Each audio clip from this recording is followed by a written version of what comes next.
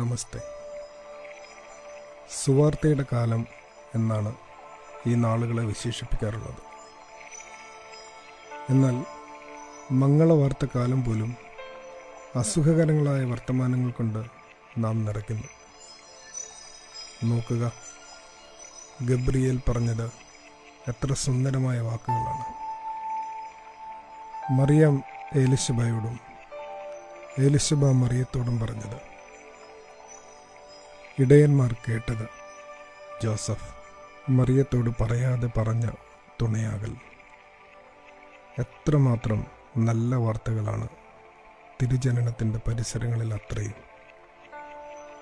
പക്ഷേ വ്യസനം മറ്റൊന്നുമല്ല സ്നേഹിത. നമ്മുടെ പൊട്ടച്ചൊല്ലുകളുടെയും ചീത്തത്തരങ്ങളുടെയും പ്രളയത്തിൽ സുവിശേഷം തന്നെയല്ലേ തമസ്കരിക്കപ്പെടുക?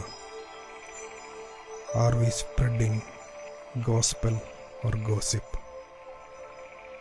നമുക്ക് ഷെയർ ചെയ്യാൻ ദുർനടപ്പുകളുടെ ചരിതങ്ങളും മുൻവിധികളും മാത്രമേ ഉള്ളൂ. പണ്ട് പാടിയ പാട്ട് ഓർമ്മപ്പെടുത്തട്ടെ. ദൈവമേ കൈതൊഴാം കേൾക്കുമാറാകണം,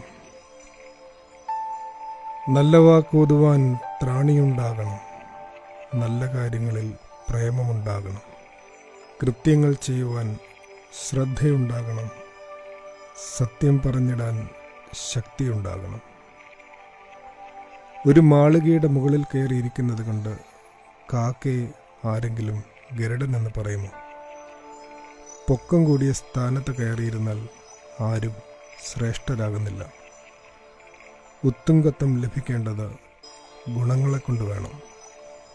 മറക്കരുത്, ചില മനുഷ്യർ പദവിയെ അലങ്കാരമാക്കുന്നവരാണ്.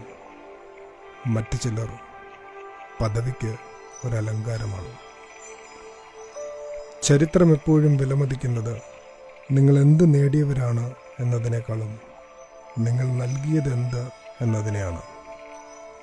സത്യമായും ഞാൻ നിന്നോട് പറയുന്നു, നന്മ ആഗ്രഹിക്കുന്നതും നന്മ പറയുന്നതും നന്മ ചെയ്യുന്നതും മുടക്കരുത്. നല്ല വാക്കോതിയവർ മാത്രമാണ് വാഗ്ദത്ത കനാനിൽ കടന്നതെന്ന് പഴയ നിയമം പറയുന്നു.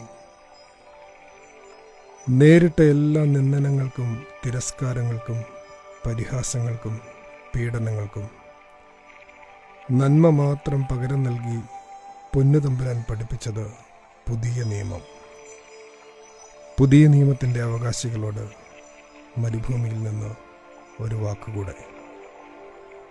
നീ ബ്രഹ്മചാരിയാണെങ്കിൽ വ്യഭിചാരിയെ വിധിക്കരുത്. കാരണം വ്യഭിചരിക്കരുത് എന്ന് പറഞ്ഞവൻ തന്നെ വിധിക്കരുത് എന്നും പറഞ്ഞിട്ടുണ്ട്. നല്ല വാർത്തകൾക്കായി കാത്തുകൊണ്ട് ആദരവോടെ സക്കീർ.